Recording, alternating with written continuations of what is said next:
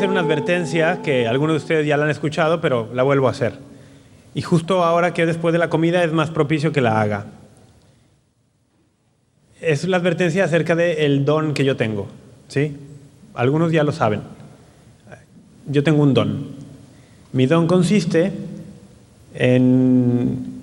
Bueno, se manifiesta de diferentes formas, pero una de ellas es, si cuando yo estoy hablando, alguno de ustedes empieza a sentir la cabeza muy pesada, los ojos muy pesados, que se le cierran, que siente un deseo profundo de dormir, no se preocupe, ese es el don que yo tengo.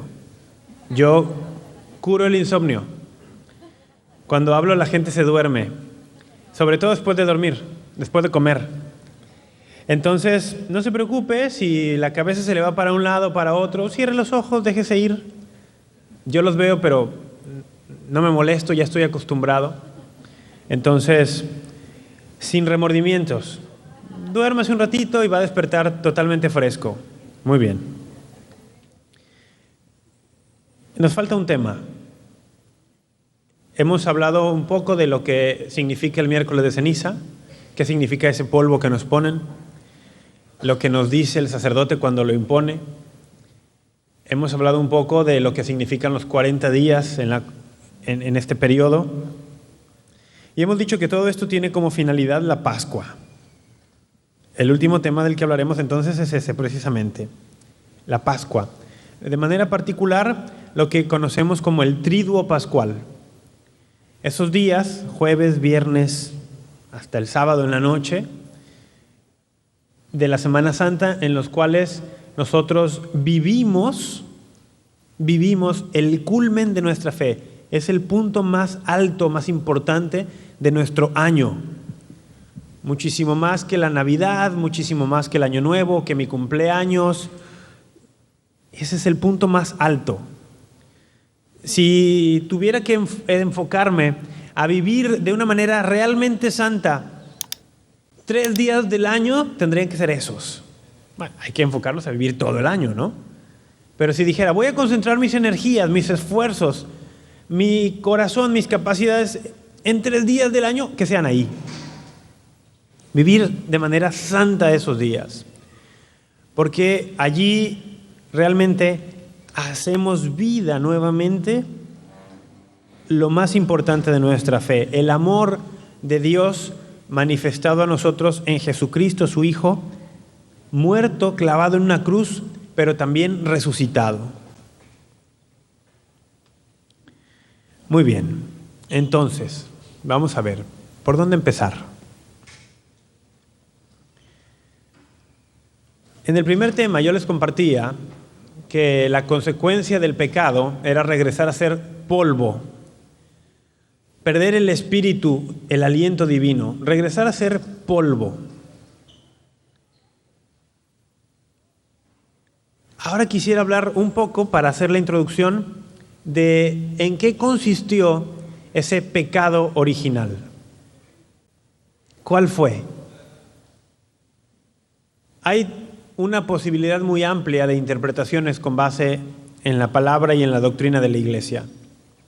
Lo que yo les propongo ahora es una de estas posibilidades. No es la única, pero es una de las posibilidades que la Iglesia acepta para tratar de arrojar luz sobre este misterio del pecado original. ¿Ok?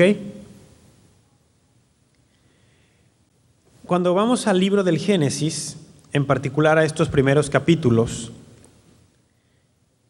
vamos a encontrar en el capítulo 3 el famoso diálogo entre esta serpiente, el dragón, la serpiente antigua, el diablo, Satanás, y Eva.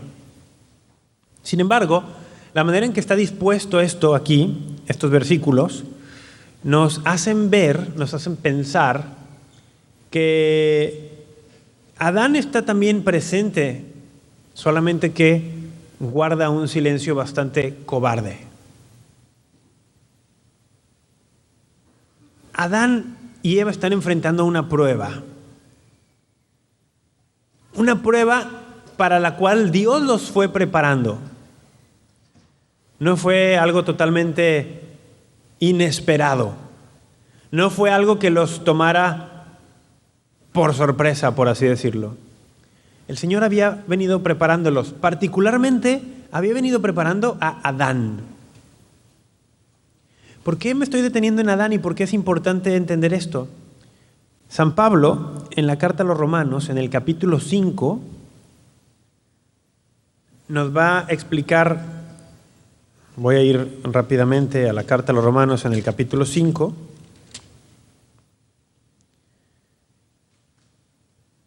San Pablo allí nos va a explicar que Adán, estoy en el versículo 14, Romanos 5:14, dice, Adán era figura del que había de venir. Lo que yo les explicaba hace un instante, así leían la Biblia los primeros cristianos, viendo en los personajes del Antiguo Testamento figuras, prefiguraciones de lo que había de venir, de lo que traería Cristo. Por lo tanto, San Pablo dice, Adán es figura del que había de venir. ¿Quién es ese que había de venir? Jesucristo nuestro Señor. Por eso, para entender la plenitud y la magnitud de la obra redentora de Jesucristo nuestro Señor, hay que entender a Adán. Hay que entender la magnitud de su obra. ¿En qué consistió esta caída? Para poder entender en qué consistió la redención. Y por eso me estoy deteniendo en Adán. Pues bien, les decía yo que no los tomó por sorpresa esto, no fue algo como, uy, no lo esperaba. No, el Señor los había ido preparando particularmente a Adán. La primera señal de esta preparación que Dios hizo con Adán, con miras a esta tentación, a esta prueba, la encontramos en Génesis 2, versículo 15. Dice, tomó pues Yahvé Dios al hombre y lo dejó en el jardín de Edén para que lo labrase y cuidase, para labrarlo y cuidarlo. Y Dios impuso al hombre este mandamiento: de cualquier árbol del jardín puedes comer, mas del árbol de la ciencia del bien y del mal no comerás, porque el día que comieres de él morirás sin remedio. Génesis 2, del 15 al 17. ¿Qué está pasando aquí? Nuevamente hago un curso resumido de capítulo 2 del Génesis. Dios toma al hombre y lo pone en el jardín del Edén y le asigna dos labores. Número 1, labrar, trabajar la tierra, por así decirlo, y custodiar. Aquí dice cuidar, es custodiar, proteger. Aquí inmediatamente cualquiera tendría que ponerse a pensar, ¿proteger de qué? ¿Cuidar de qué? Unos versículos atrás, al final del capítulo 1, hemos escuchado que Dios todo lo creó, vio lo que había hecho y vio que era muy bueno, lo había pronunciado muy bueno. Entonces, ¿cuidar de qué? ¿Proteger de qué? Aquí ya hay una preparación que Dios le está dando. Le está dando el mandato de cuídalo, protégelo. ¿De qué? Tendría que el hombre estar alerta. ¿Hay algo de lo que hay que proteger? O mejor dicho, ¿alguien de quien hay que proteger esto? Todavía más. Aquí hay otra clave, que cuando estudiamos un poquito más la Biblia, sale a relucir.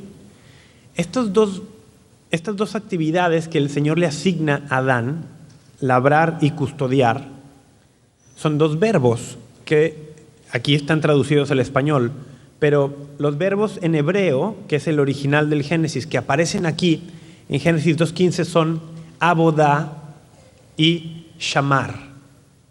Abodá y shamar. Estos dos verbos, que significan labrar y custodiar, juntos en lo que es el Pentateuco, ustedes saben, el Pentateuco son estos primeros 5 libros del Antiguo Testamento que para el pueblo judío son la Torá, la ley, la palabra fundante.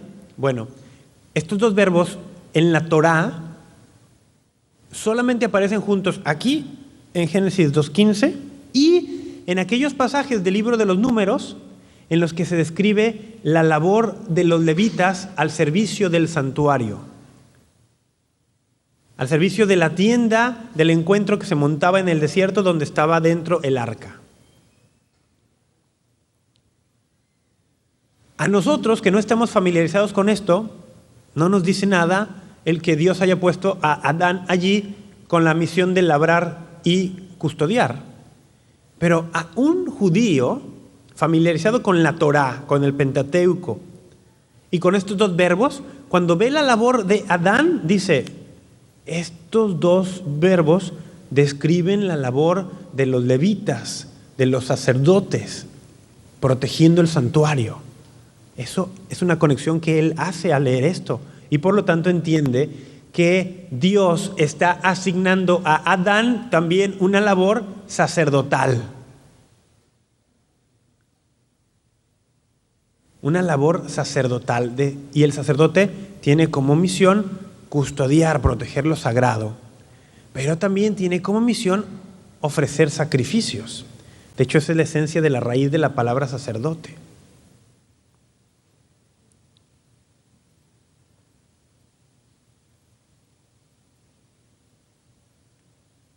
Dios estaba preparando a Adán para algo y le asigna entonces este rol sacerdotal, esta labor sacerdotal. También en la advertencia plasmada en el versículo 17 vemos una preparación de Dios para Adán. Le dice: de cualquier árbol del jardín puedes comer, mas del árbol de la ciencia del bien y del mal no comerás, porque el día que comas de él morirás sin remedio.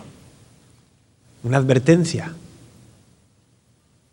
un mandato y una advertencia. Si no cumples este mandato, sucederá esto.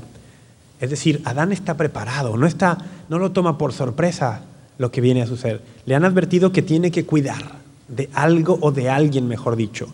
Hay un mandato: mira, de esto no comas, es por tu bien.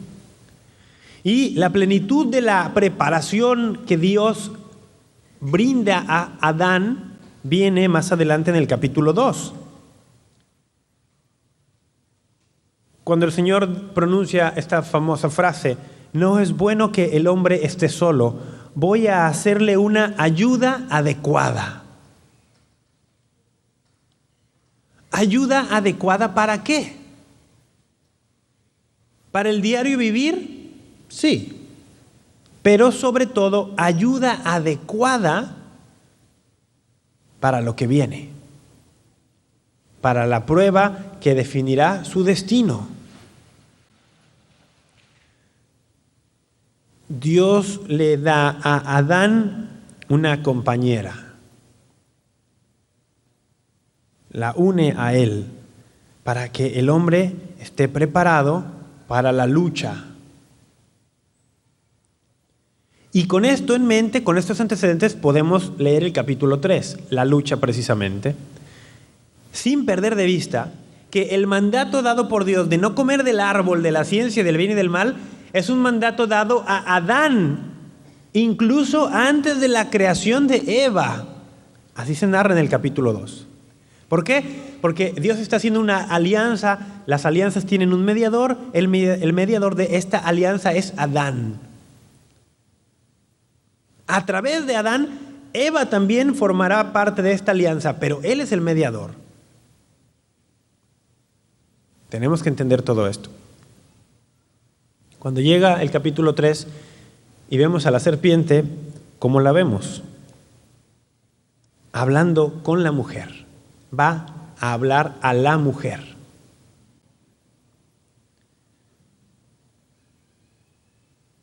¿Y dónde está Adán? Adán había recibido el mandato de custodiar, de proteger. Y aquí hay más que una simple culebrita dialogando con su mujer. Recuerden lo que veíamos. El dragón. Adán está allí, pero guarda silencio. Estaba llamado a salir a poner el pecho, a interponerse entre el enemigo acechante y su mujer. Y no lo hace. Y aquí voy a hacer un paréntesis porque en estos versículos del capítulo 3 del Génesis vemos un patrón que muchos de nosotros vamos a reconocer, un patrón de acción que muchos vamos a reconocer. Llega la serpiente, el enemigo, a dirigirse a la mujer, buscando distorsionar la palabra de Dios. ¿Qué es lo que dice en primer lugar la serpiente a la mujer? ¿Cómo es que Dios les ha dicho, no coman de ninguno de los árboles del jardín? Eso no es lo que Dios había dicho. Dios había prohibido comer de un árbol. La serpiente distorsiona la palabra de Dios. ¿Cómo es que Dios les ha dicho que no coman de ninguno de los árboles? Y aquí identificamos un patrón. Hay algunos que utilizan la palabra de Dios, pero la distorsionan y van tocando casas, puertas, buscando por lo general a la mujer que está sola mientras el marido trabaja.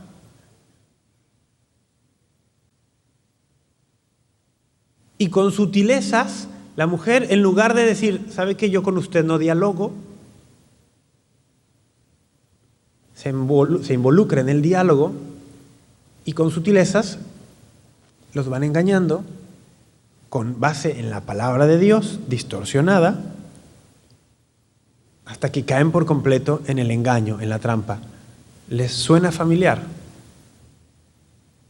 Utilizar la palabra de Dios, distorsionarla para engañar, yendo primero a la mujer. Y en todos esos hogares donde esto sucedió, ¿dónde estaba el hombre? Llega el marido por la tarde, su mujer le dice, oye, fíjate que vinieron a tocar la puerta en la mañana unos hermanos de una secta. Y el marido, el hombre que está llamado a ser en primer lugar la cabeza espiritual de su casa, mucho antes que ser el proveedor material, el hombre está llamado a ser el proveedor espiritual, la cabeza espiritual, el guardián de la fe. El hombre dice, eso a mí no me importa, déjame ver la tele. Oye, pero mira que me estaban haciendo unas preguntas ahí que... El hombre que no se interesa por su fe, por conocerla, por amarla, por defenderla, por inculcarla y defenderla en su familia, está en la misma posición que Adán, llamado a custodiar y no cumpliendo sus labores esenciales. No se asuste ese hombre que su mujer después se haga de alguna secta donde empiecen a meter ideas extrañas a su mujer y después esté perdiendo incluso su familia. O que termine él mismo perdiendo la poca fe católica que tenía. Pero regresamos a Adán. A Adán Dios lo ha creado y le ha asignado ciertos roles a cumplir. En primer lugar, Adán es el primogénito de la humanidad. Es el primero de todos. En segundo lugar, Adán es el rey de la creación. El capítulo 2 del Génesis, cuando nos muestra que Dios pone delante de Adán todas las criaturas para que Él les ponga nombre, nos manifiesta esta soberanía del hombre sobre el resto de la creación. Una soberanía dada por Dios. El hombre es rey de la creación. Primogénito, es rey. Le da una ayuda adecuada, una compañera, una esposa. Tiene un rol entonces también de esposo. Y al ver estos dos verbos, abodá y shamar, que son verbos de acción sacerdotal, nos está indicando que también tiene un cuarto rol, un rol sacerdotal. Y la prueba va a poner a Adán en tensión para ver si él está a la altura de estos 4 roles. Como primogénito, ¿será capaz de confiar en su Padre, Dios, que le ha dado un mandato, y obedecerlo? Como rey, ¿estará listo para proteger su hogar, que no solamente es el lugar de la comunión de él con su esposa, sino es el lugar de la comunión con Dios? El jardín del Edén representa el lugar de la comunión con Dios. En la concepción judía, el relato del Génesis 1, 2 y 3 está hecho pensando en el universo como un macrotemplo. Para el judío el templo era el centro de su existencia. El centro de la vida no solamente religiosa, política, social, el centro de toda su vida. Porque en el templo era donde se encontraba en la comunión con Dios. Y entonces el judío concibe todo el universo como un macrotemplo, un templo de proporciones cósmicas. Como el templo de Jerusalén, donde en sus atrios amplios iban no solamente judíos, sino gentiles también. Pero en el templo había una parte a la cual los gentiles ya no tenían acceso. Había una parte a la cual ya ni siquiera todos los judíos tenían acceso, sino solamente los sacerdotes, los levitas. El santuario, el lugar santo. Y en la concepción del Génesis, el universo es el macrotemplo. La tierra es, el planeta Tierra es el santuario. Pero dentro del santuario existía un lugar todavía más santo, más especial, donde estaba el arca de la alianza. Era el lugar santísimo, el santo de los santos, el lugar de la comunión con Dios. Ese lugar es el jardín del Edén. Universo, tierra, jardín del Edén. Templo, santuario, lugar santísimo. El hombre como rey está llamado a proteger ese lugar, donde se lleva a cabo la comunión con su esposa y con Dios. Y en el cuarto rol, la prueba a la que se someterá Adán va a buscar manifestar si él, en su rol sacerdotal, estará dispuesto a hacer lo que los sacerdotes hacen. Y aquí está la clave para entender esto. ¿Qué es la primera actividad de los sacerdotes? Ofrecer sacrificios. ¿Qué sacrificio está llamado Adán a ofrecer? En esta situación particular, con el dragón, con su esposa, dialogando con ella, él está llamado a proteger, está llamado a ofrecer el sacrificio de su propia vida. Está llamado a ofrecerse a sí mismo como sacrificio. Y el diálogo entre la serpiente y la mujer continúa. Y así como Adán falla en estos roles que Dios le ha asignado, también la mujer falla. Porque la mujer asume posiciones que no le corresponden. Ella no tiene que dialogar con el enemigo, no es su lugar. Se sale de su rol.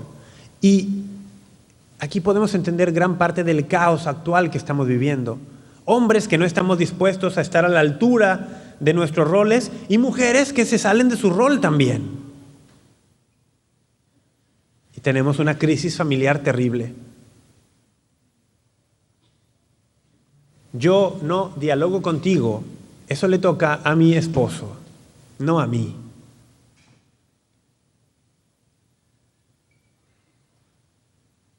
Y lo motivo, oye, Adán, te toca, te hablan. Lo motiva, lo anima, lo alienta a estar a la altura de su responsabilidad. Pero no con sarcasmos, no con ironías, no con faltas de respeto, no humillándolo. El hombre que se siente humillado por su mujer, que siente que su mujer no lo respeta, se hunde todavía más.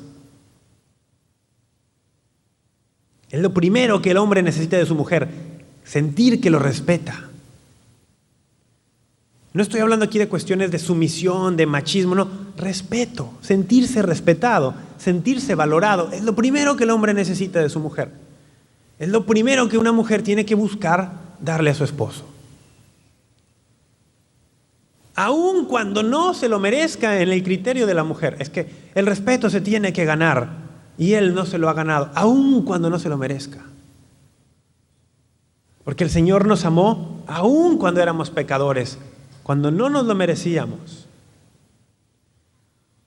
Y una mujer que respeta a su marido, aun cuando él no se lo merece, lo ayuda a levantarse del fango y a reconstruir y a recuperar su imagen y su valía de hombre y a sacar a su familia adelante. Por el contrario, la mujer que no hace esto, sino se empeña en humillarlo, en pisotearlo, en exponerlo, en ridiculizarlo ante su familia, ante sus amigos, ante todos, está hundiéndolo cada día más y está destinando su matrimonio al fracaso y a la ruina.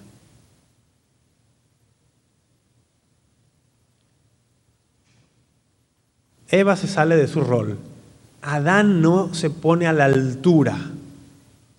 Y falla como primogénito, no confía en Dios su Padre.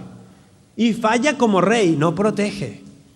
Y falla como esposo, no guía a su esposa. El esposo está llamado a guiar a su esposa a la santidad. Y aquí es al contrario, él se deja guiar por ella al pecado. Él tiene que ser todo lo opuesto. Él tenía que guiarla a ella a la santidad. Y falla como sacerdote. ¿Por qué? Porque no está dispuesto a ofrecerse, a sacrificarse a sí mismo, a ofrecerse en sacrificio.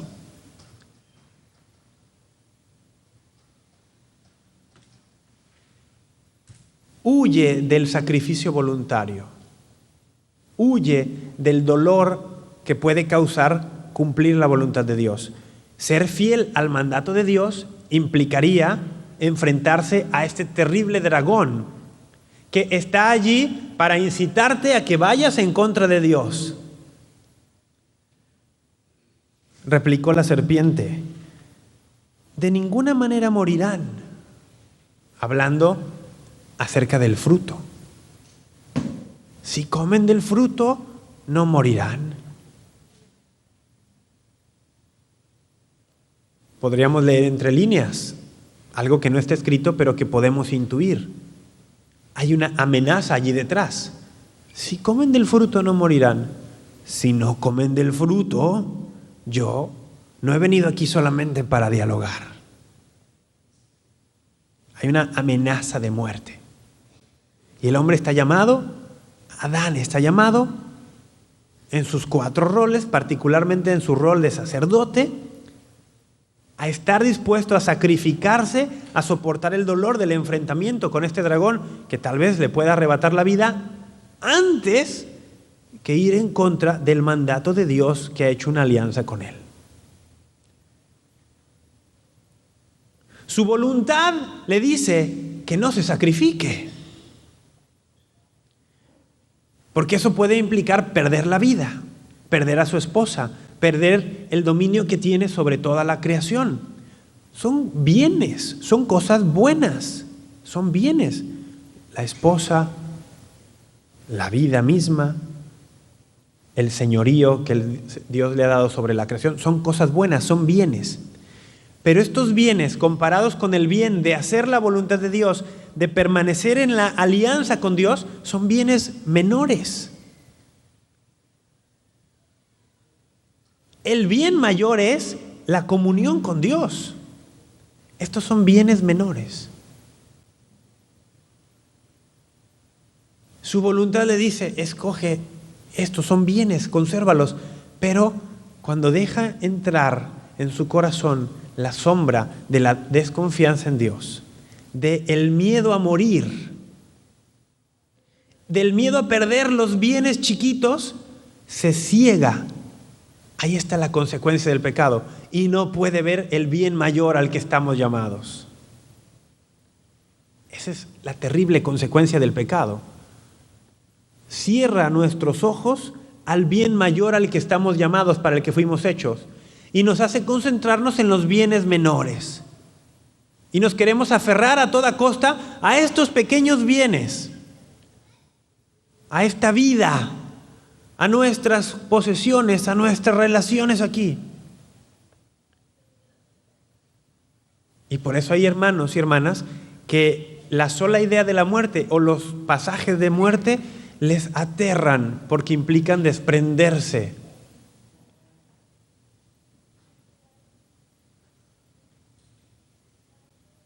La esencia del pecado original está aquí. El no estar dispuesto a sacrificarse voluntariamente, a ofrecerse voluntariamente, a perder la vida, a perder el miedo a la muerte, el no tenerle miedo a la muerte. Si seguir la voluntad de Dios, si vivir la voluntad de Dios en mi vida, si cumplir la voluntad de Dios en mi vida implica peligro de muerte, que así sea. El grito de los mártires, de los santos mártires: antes morir que ofender a Dios. Pero Adán permite la tentación, la consiente en el corazón antes que en los hechos, porque los pecados siempre se consienten en el corazón antes que llevarlos a la práctica. Para el momento en que Adán y Eva mordieron aquel fruto, el pecado ya estaba cometido. En su corazón ya habían determinado ese camino.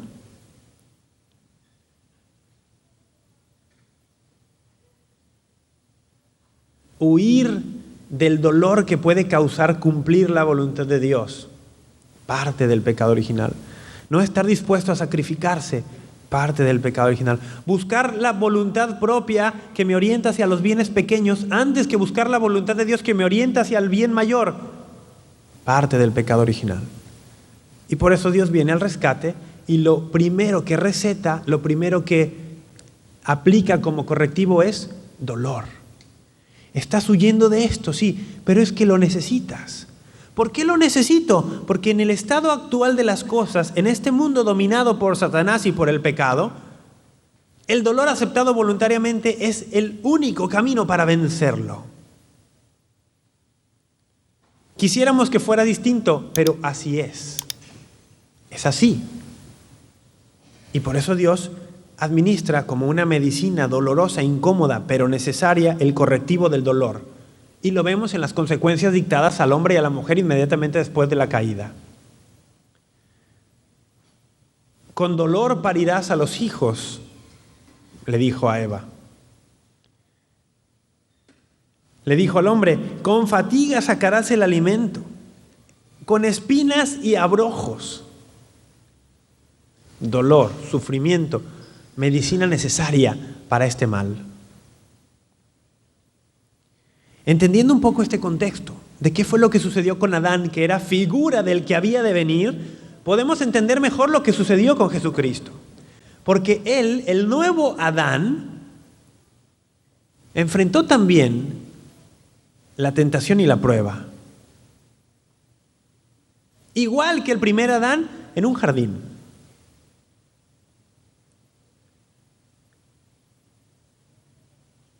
En el jardín de los olivos, en Getsemaní. Vamos a ir a ese pasaje.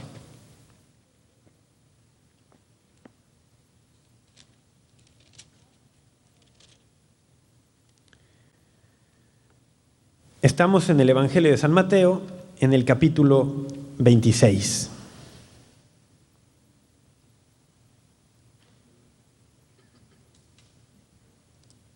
Vamos a compartirlo desde el versículo 36. Entonces fue Jesús con ellos a una propiedad llamada Getsemaní y le dijo a sus discípulos: siéntense aquí mientras voy allá a orar. Tomando consigo a Pedro y a los dos hijos de Zebedeo, comenzó a sentir tristeza y angustia. Entonces les dijo: mi alma está triste hasta el punto de morir. Quédense aquí y velen conmigo. Mi alma está triste hasta el punto de morir. Esto sucedió en aquel primer Jueves Santo de la historia. Una angustia en el alma de muerte. Es la prueba del Señor. El Señor triunfó en la cruz porque había triunfado antes en ese jardín, en esa prueba. Justo como les decía yo, que Adán y Eva habían pecado mucho antes de morder el fruto, en el corazón al haberlo consentido, en la voluntad al haber consentido. El Señor triunfó antes que triunfar en la cruz en Getsemaní. Adelantándose un poco, cayó en tierra, rostro en tierra, y suplicaba así: Padre mío, si es posible que pase de mí esta copa, pero que no sea como yo quiero, sino como quieres tú. Humanamente, su voluntad le dice, como le decía a Adán: conserva tu vida. Es un bien. Haz tu voluntad.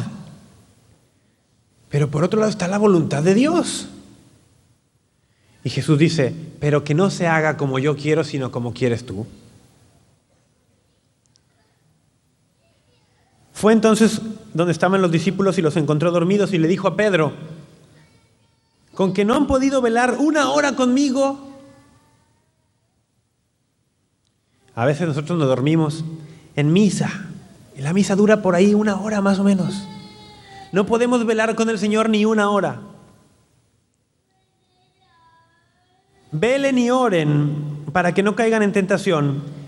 El espíritu está pronto, pero la carne es débil.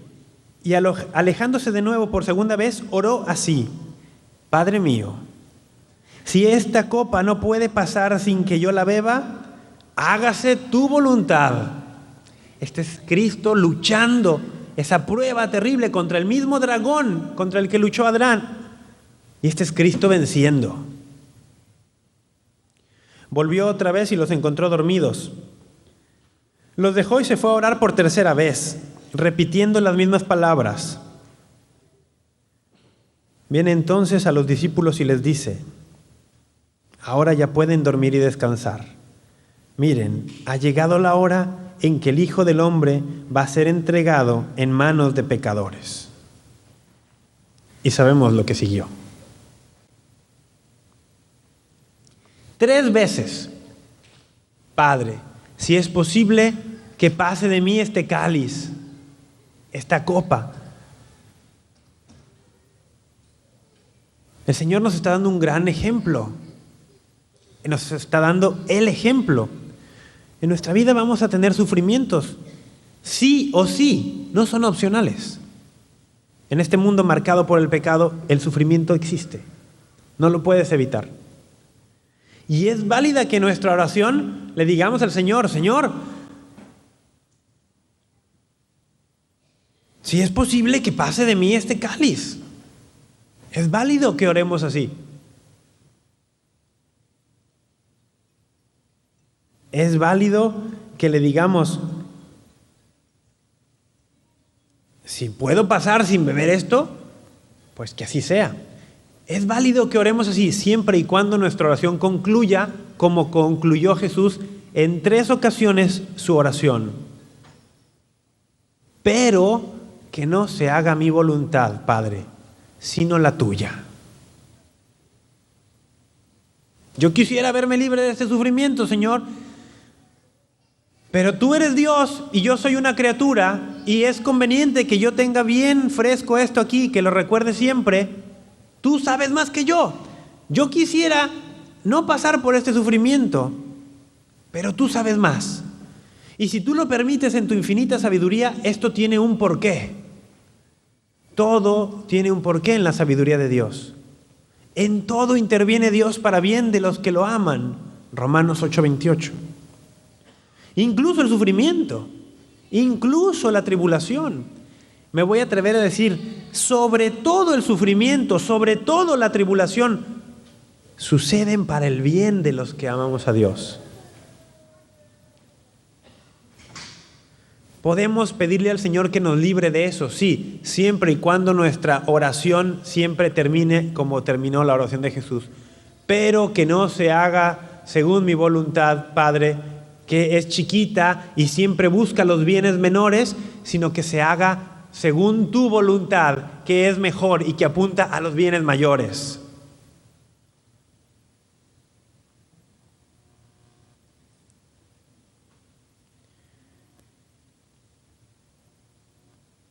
Allí donde Adán falló, el Señor triunfó. Como el hijo primogénito. Adán fue el primogénito de la humanidad. Cristo es el hijo unigénito del Padre. El primogénito de verdad. El único hijo de la misma naturaleza del Padre. Y allí donde Adán no supo confiar en su Padre, el Señor sí. Allí donde Adán como rey falló en proteger, Cristo como rey protegió y venció a la amenaza. Allí donde Adán como esposo no supo guiar a su esposa a la santidad, Jesucristo entregó su vida por su esposa a la iglesia para santificarla, dice San Pablo en la carta a los Efesios en el capítulo 5. Allí donde Adán como sacerdote no estuvo dispuesto a ofrecerse en sacrificio, el Señor Jesucristo estuvo dispuesto a ofrecerse a sí mismo en sacrificio. ¿Y qué tipo de sacrificio? Se hizo obediente hasta la muerte, y una muerte de cruz.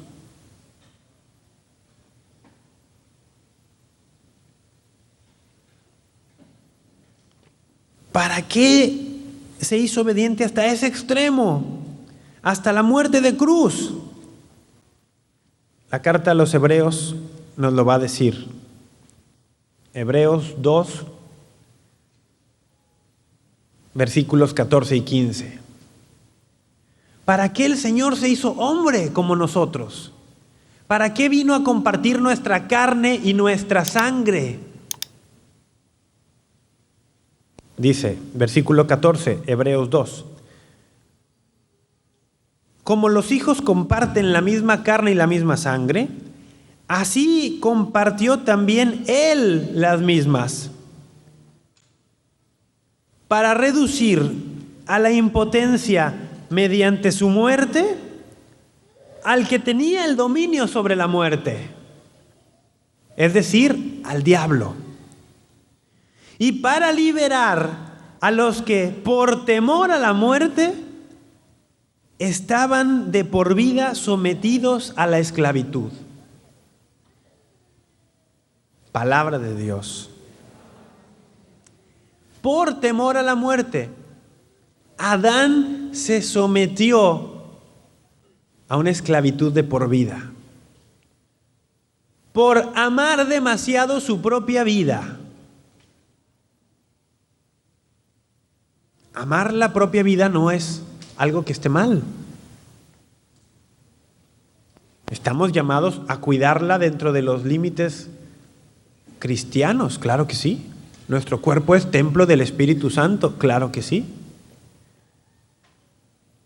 Pero amar la propia vida, quererla conservar aún a costa de ir en contra de la voluntad de Dios, eso ya no es cristiano. El temor a la muerte, el temor al entregarme en sacrificio, te esclaviza. Y te esclaviza bajo el poder del que tiene el poder sobre la muerte. Cuando Adán falló en su prueba y arrastró con él también a Eva, permitió que la muerte entrara en el mundo y el diablo se hizo el señor de la muerte.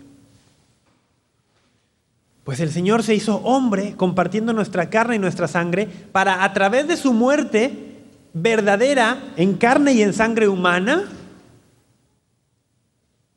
reducir a la impotencia, es decir, quitarle el poder a través de su muerte a aquel que tenía dominio sobre la muerte. Así el Señor le arrebata el poder de la muerte al diablo y dice, ya no tiene él la última palabra. ¿Qué es lo máximo que te puede preocupar en esta vida? ¿Morirte? Que no te preocupe, porque yo tengo el poder sobre la muerte. ¿Qué es lo máximo que te puede preocupar? ¿Quedarte sin trabajo? ¿No tener para comer? Eso a lo máximo que te puede llevar es a morirte, a nada más que eso. Él tiene poder sobre la muerte.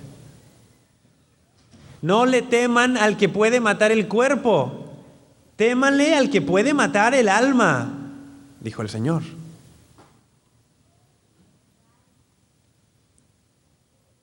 El que ama su propia vida más que a mí no es digno de mí. El que quiera ser mi discípulo, que se niegue a sí mismo, que tome su cruz y me siga. ¿Que me siga a dónde? A la cruz, al Calvario, a la muerte. Porque aceptando la muerte voluntaria, hacemos que en nosotros triunfe Cristo sobre el demonio. Y hacemos que Cristo en nosotros reduzca a la impotencia al demonio. ¿Me quieres atemorizar con temores de muerte? No tienes poder sobre mí. Él tiene poder sobre mí. El pecado nos esclaviza. El Señor nos ha liberado de esa esclavitud. El temor a la muerte era la raíz de esa esclavitud a la cual fue sometido Adán. El Señor ha vencido eso y nos ha liberado a través de su muerte. Para que nosotros, unidos a Él, a través de la alianza que Él nos brinda en los sacramentos, podamos vivir nuestra vida en este mundo marcado por el pecado, ofreciéndonos constantemente, voluntariamente, como un sacrificio. Esa es la esencia de la vida cristiana. San Pablo lo dice en el capítulo 12 en la carta a los Romanos. Los exhorto, hermanos, por la misericordia de Dios, a que se ofrezcan a ustedes mismos como un sacrificio vivo, santo, agradable a Dios. Ese será su acto de culto.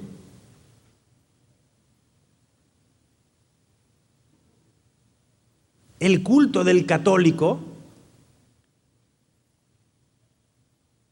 no tiene sentido si solamente vas a misa por cumplir y pasas allí una hora sentado, parado, repitiendo sin saber lo que dices, vas, comulgas y te vas y no sabes ni qué pasó allí. Y luego toda tu vida la vives como cualquier no católico. No.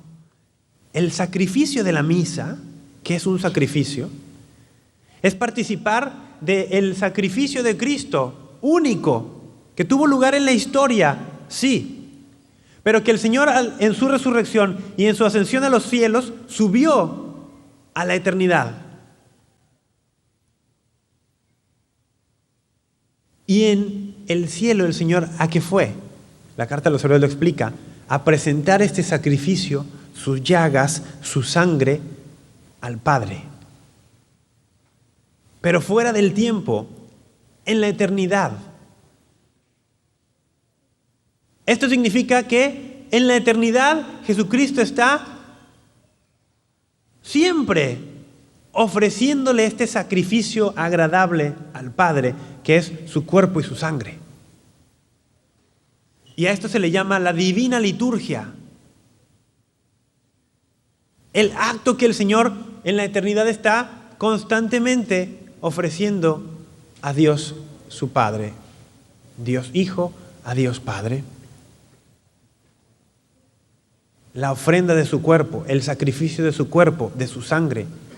Y de esa acción en la eternidad, nosotros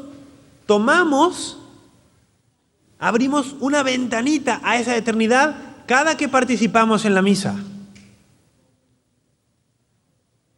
Y en la misa estamos acercándonos o haciéndonos partícipes, presentes en ese acto que eternamente se lleva a cabo, fuera del tiempo, en lo que llamamos cielo. Y cada vez que vamos aquí a misa, estamos participando de ese sacrificio de Cristo, de esa ofrenda que Cristo hace al Padre.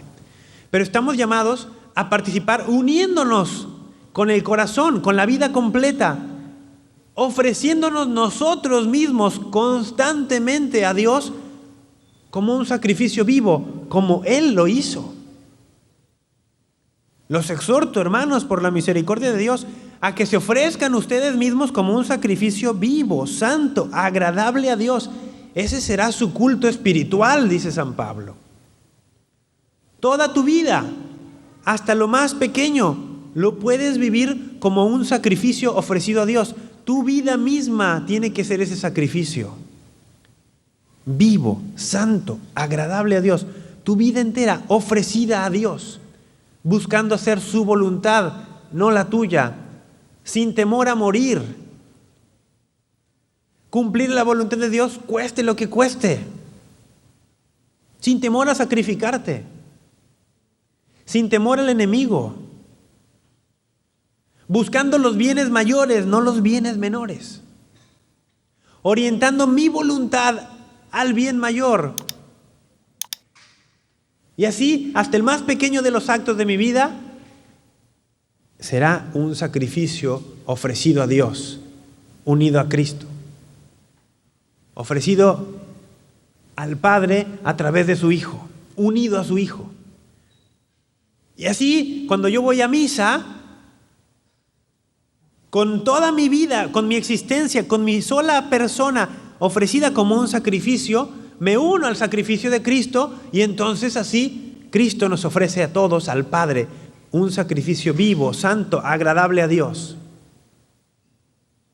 El Señor le dijo muy claro a su pueblo: ¿ustedes creen que a mí me agradan la sangre de los toros y de los machos cabríos?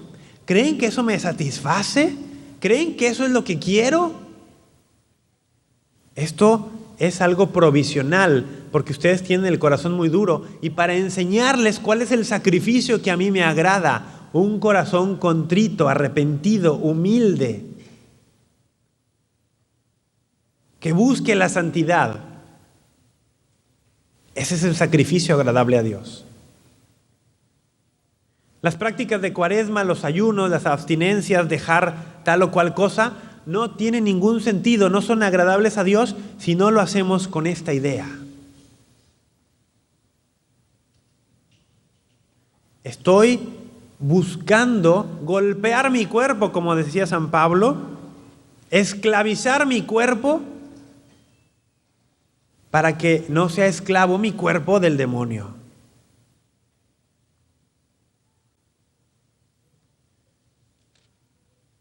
Hay un pasaje más en la carta de San Pablo a los Romanos que nos puede ayudar mucho. Está en el capítulo 6.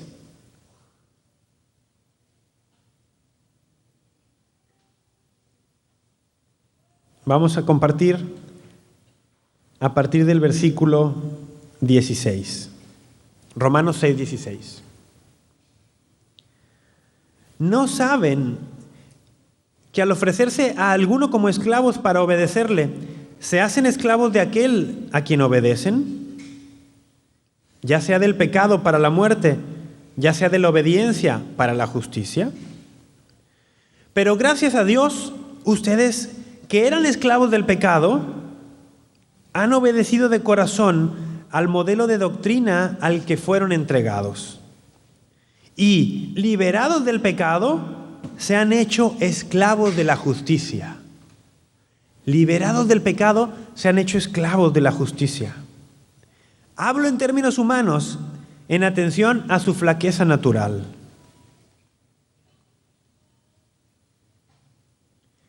Continúo. Pues se ofrecieron sus miembros como esclavos a la impureza y a la iniquidad por la iniquidad, ofrézcanlos igualmente ahora a la justicia para la santidad.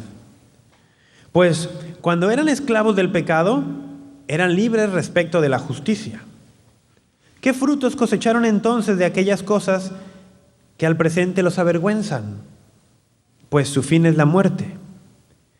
Pero al presente, libres del pecado y esclavos de Dios, dan fruto para la santidad, cuyo fin es la vida eterna. Pues el salario del pecado es la muerte, pero el don de Dios, la vida eterna en Cristo Jesús, Señor nuestro. Es un pasaje largo. Romanos 6, del 16 al 23. Voy a tomar solo un versículo para desarrollarlo. Pero al presente, libres del pecado y esclavos de Dios, dan frutos para la santidad. Libres de pecado. Si estás libre de pecado, eres esclavo de Dios. Por contraposición, si no estás libre de pecado, no puedes ser esclavo de Dios. Si estás en pecado, eres esclavo del padre del pecado. ¿Quién es el padre del pecado? Satanás. Y en esta vida nadie se engañe. Dios nos ofrece a los hombres una alianza. El que no vive en alianza con Dios, vive en alianza con el diablo. No hay un punto medio, no hay tercera alternativa. O vives en alianza con Dios o vives en alianza con el diablo. Así de sencillo. No hay territorio neutral, porque esta vida, hermanos, es una lucha. San Pablo lo dice al final de la carta a los Efesios en el capítulo 6. Nuestra vida es una lucha constante, un combate espiritual. No contra los poderes de este mundo, dice, sino contra los potestades, los espíritus del aire. Cada minuto de nuestra existencia es una lucha, un combate espiritual. No hay tregua y no hay territorio neutral. O acepto la misericordia de Dios y la alianza que me ofrece, o estoy en alianza con el diablo. ¿Me dé cuenta o no?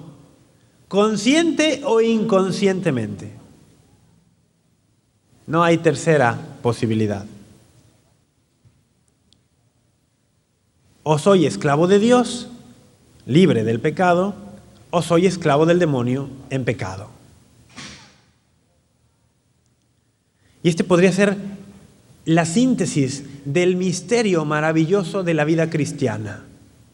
Dios nos creó libres. Adán, Eva. Libremente nos hicimos esclavos. Pecado. El Señor viene a liberarnos con su muerte y su resurrección. Nos viene a hacer libres para que libremente nos hagamos esclavos, pero de Él ahora, no ya del demonio. Y a ver si lo entendemos. Nos creó libres. Libremente nos hicimos esclavos a través del pecado. Viene a romper las ataduras del pecado para regresarnos la libertad y para que libremente escojamos hacernos esclavos de Él. Porque al Señor lo tenemos que escoger libremente. Porque nuestra relación con Él, lejos de ser una relación de cumplir mandamientos, cumplir normas, no hacer esto, hacer esta otra cosa es en primer lugar una relación de amor. Y el amor es libre o no es amor. La esencia, el misterio de la vida cristiana consiste en hacernos esclavos de Dios libremente por amor. Y por eso los cristianos católicos, esto es una redundancia, los cristianos hemos entendido siempre que la Santísima Virgen María es el modelo perfecto para el cristiano. Porque ella, habiendo sido liberada del pecado, este es el misterio de su Inmaculada Concepción, libremente elige por amor hacerse esclava del Señor. He aquí la esclava del Señor. Hágase en mí según su palabra.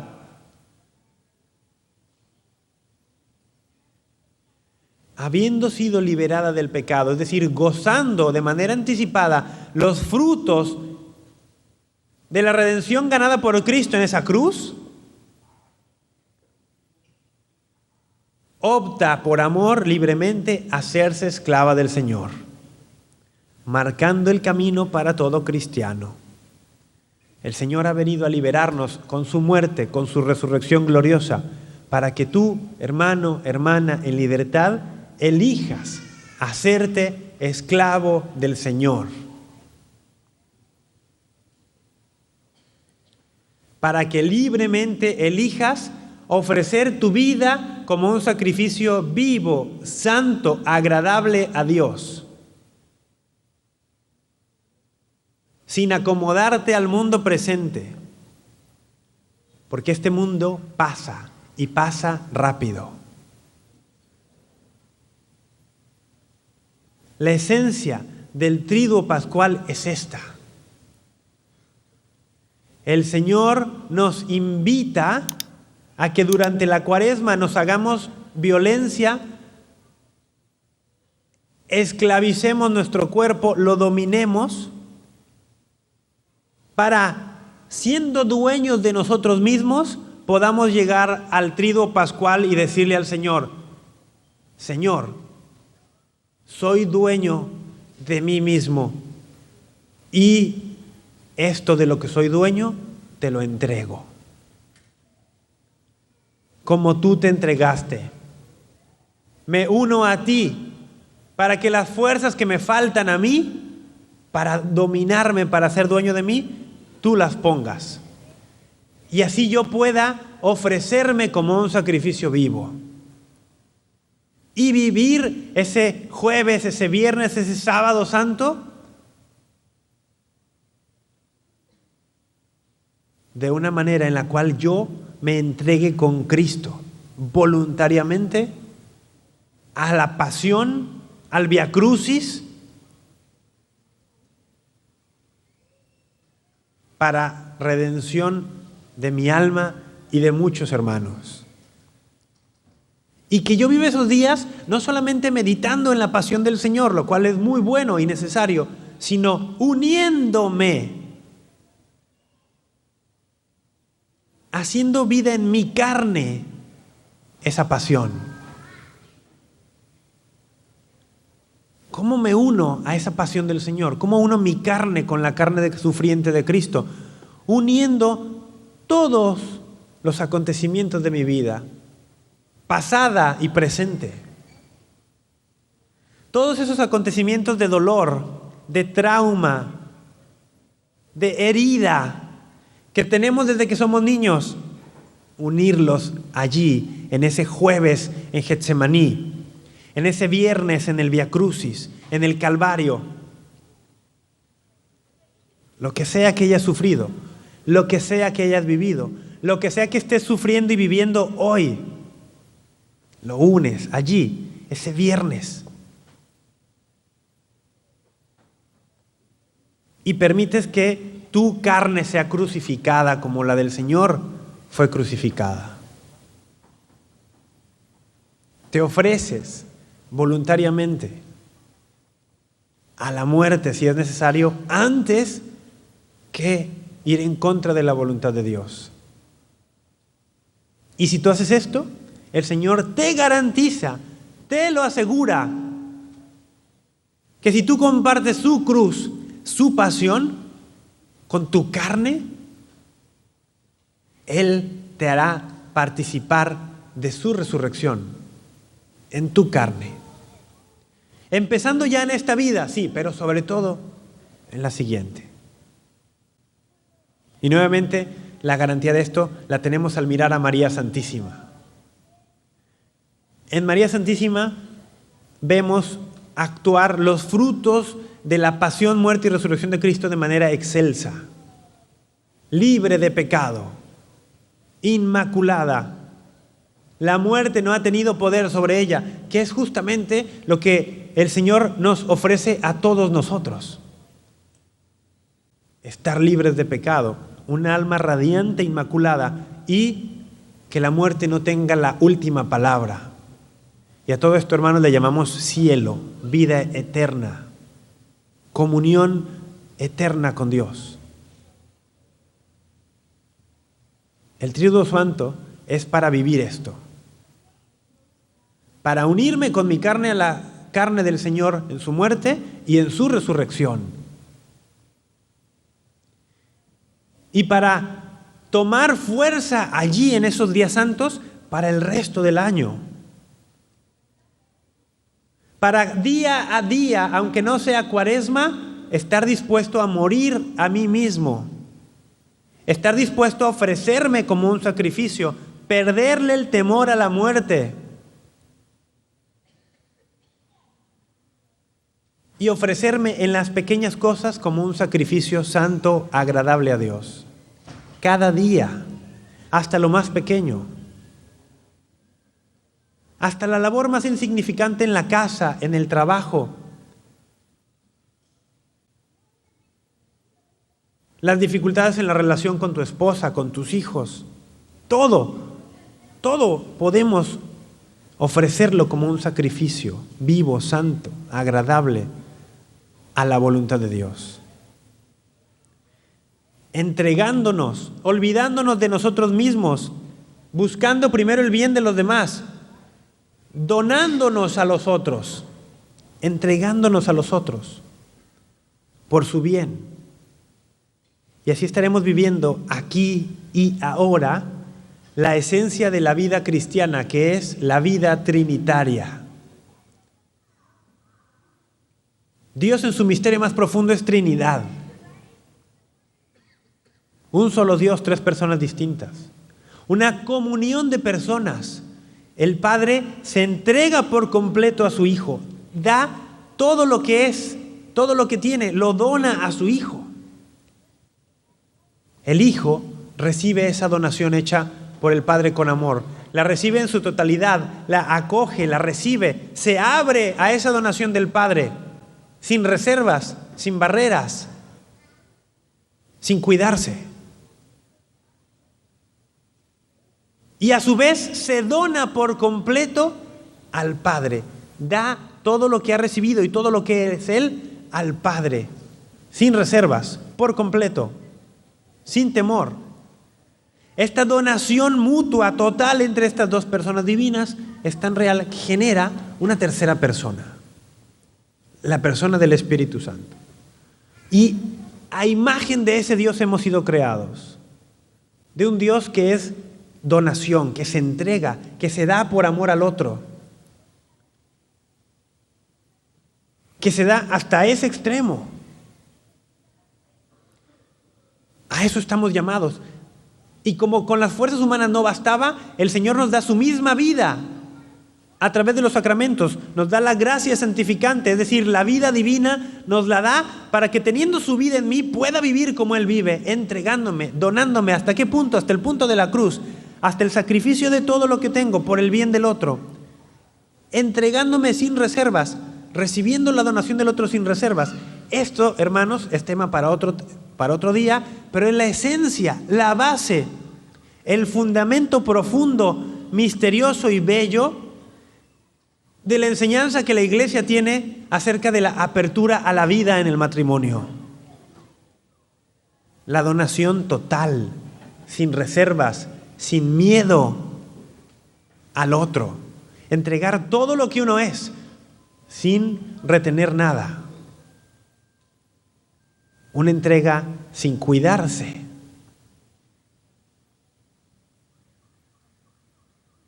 Una entrega que puede parecer atemorizante, que amenaza mi propia vida, mi comodidad, mis planes, mis proyectos, sí, pero que se abre maravillosamente a los planes y a los proyectos de Dios, que son mejores que los tuyos.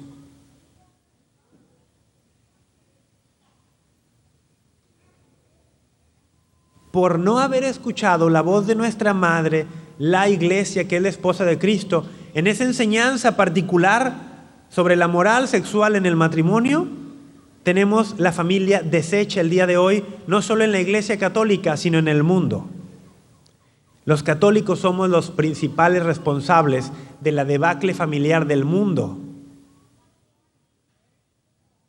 Porque tiene más responsabilidad aquel al que se le ha dado más luz. Y a los católicos se nos ha dado la plenitud de la verdad, no solamente más luz, la plenitud de la luz. Y los católicos no hemos escuchado la voz de nuestra madre que nos guiaba en este camino. Hemos escuchado la voz del mundo.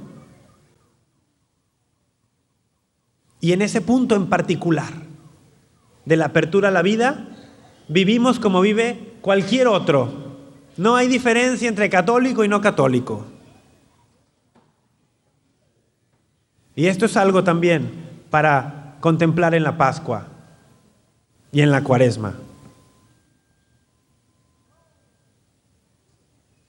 Porque este es un tema muy incómodo. Y casi nunca se habla de esto. Porque si yo hablo de esto, ya no me vuelven a invitar.